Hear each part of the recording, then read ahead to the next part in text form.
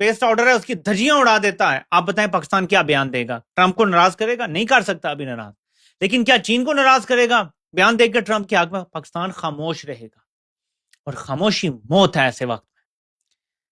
عمران خان نے کیا کہا تھا یوکرین کے معاملے میں کہ ہم بس نیوٹرل رہنا چاہتے ہیں, خاموش رہنا چاہتے ہیں, ہمیں رہنے دو, ہمیں جینے دو. انہوں نے کہا نہیں, مذمت کرو. یہاں پہ مذمت کرنی پڑتی ہے. یہ وینزویلا پہ حملہ نہیں ہے, یہ چین پہ حملہ ہے. کیا پاکستان خاموش رہے گا؟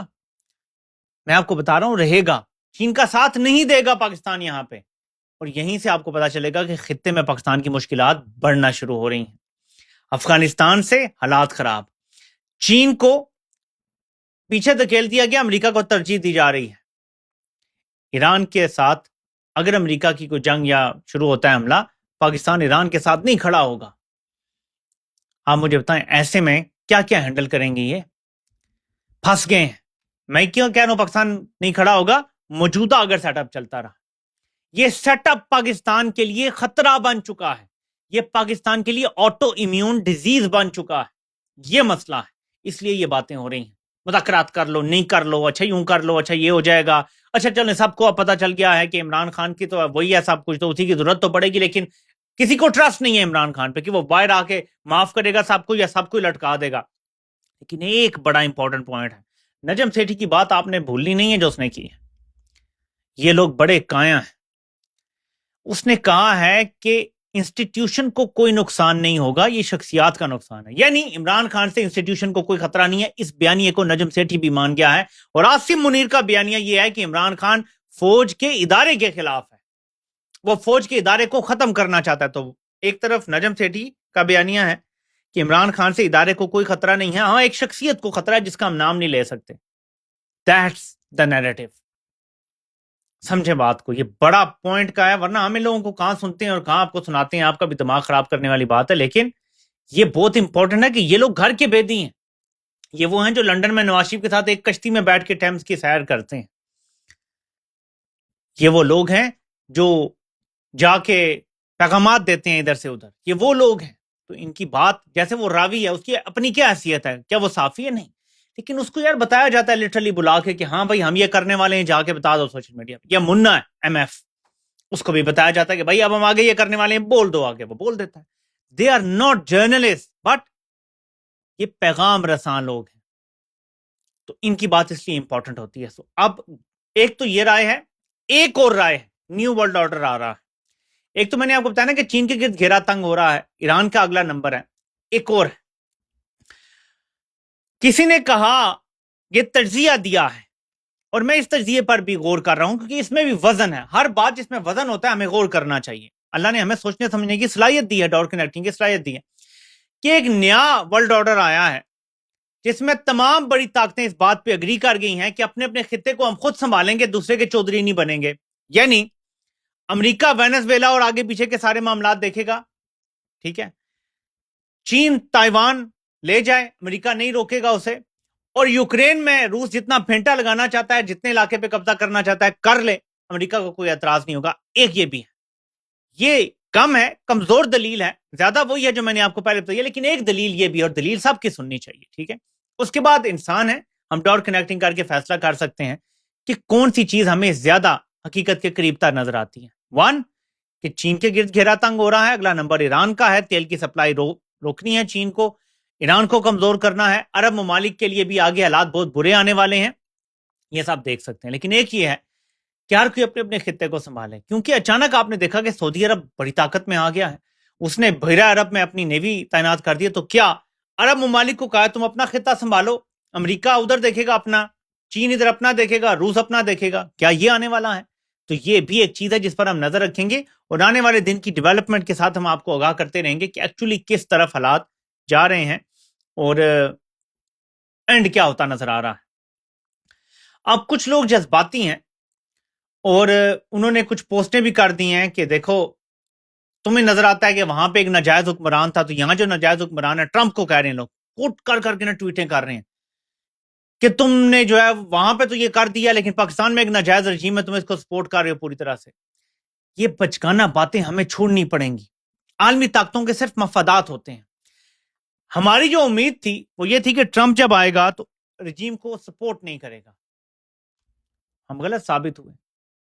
ہم نے یہ کبھی بھی نہیں کہا, میری ایک بھی ویڈیو میں نہیں ہے کہ ٹرمپ آئے گا تو آرڈر کر دے گا کہ عمران خان کو نکال دو, بس اس کو وہ ایک ہی بات تھی یار کہ وہ ان کو سپورٹ کرنا چھوڑ دے, عمران خان خود باہر آ جائے گا اپنی طاقت سے. لیکن اس نے سپورٹ ڈبل کر دی, اس نے بائیڈن سے بھی زیادہ کھل کے سپورٹ کرنا شروع کر دیا. کیوں؟ جب آپ کے ٹانکے نیتنیاہو سے جڑ جائیں تو پھر بائیڈن ہو یا ٹرمپ وہ آپ کے خلاف نہیں جا سکتے جب نیتنیاہو کی تھپکی آپ کے اوپر ہو. اس وقت نیتنیاہو کی تھپکی ہے آفس کے اوپر. یہ ہے اصل گیم. اور پاکستان اس ٹائم اتنی مشکل میں پھنس گیا اس کمپرومائز شخص کی وجہ سے کہ اگر ادارہ فیصلہ کرتا ہے تو پھر وہی نجم سیٹھی والی بات کہ ان کو ضرورت اب عمران خان سب کے مفاد میں ہے کہ وہ آئے اور سنبھالے سب کچھ. دیکھیں, غور کریں, یہ میں نہیں بول رہا, یہ نجم سیٹھی بول رہا ہے. میں چاہتا ہوں آپ یہ تھوڑا سا پارٹ پھر سنیں.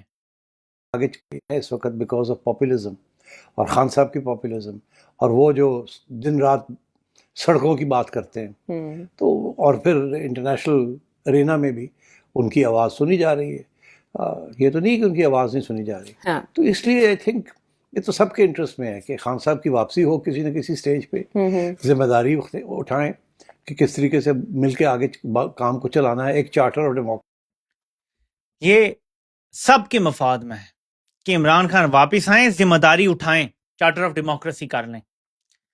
یہ کبھی بھی نہیں ہوا ان 3 سالوں میں کہ کسی نے کہا اور رجیم ٹاؤٹ نے. یہ فرسٹ ٹائم ہے. تو غور کریں, یہ معمولی بات نہیں ہے. یہ پھنس گئے ہیں, ادارہ پھنس گیا ہے ایک شخص کی وجہ سے, اس کے لالچ کی وجہ سے. اس نے سوچا سب کچھ انٹرنیشنلی سموتھ چلتا رہے گا, میں ادھر بھی ہاں کر دوں گا, ادھر بھی ہاں ادھر بھی ہاں. دنیا بدل گئی. دنیا نے اس کو ٹیشو پیپر کی طرح یوز کیا ہے. اس سے بدتر چیز کا نام بھی لیا جائے گا, لیکن اس کو ٹیشو پیپر کی طرح استعمال کر کے ایسے پھینک دیا جائے گا اور نقصان پاکستان اور ادارے کا ہوگا. تو وقت آ گیا ہے کہ اپنا ہاؤس ان آرڈر کیا جائے. آپ سے انشاءاللہ پھر ملاقات ہوتی ہے. اللہ پاک آپ سب کا حامی و ناصر ہو. اور سب کو سننے کا بہت بہت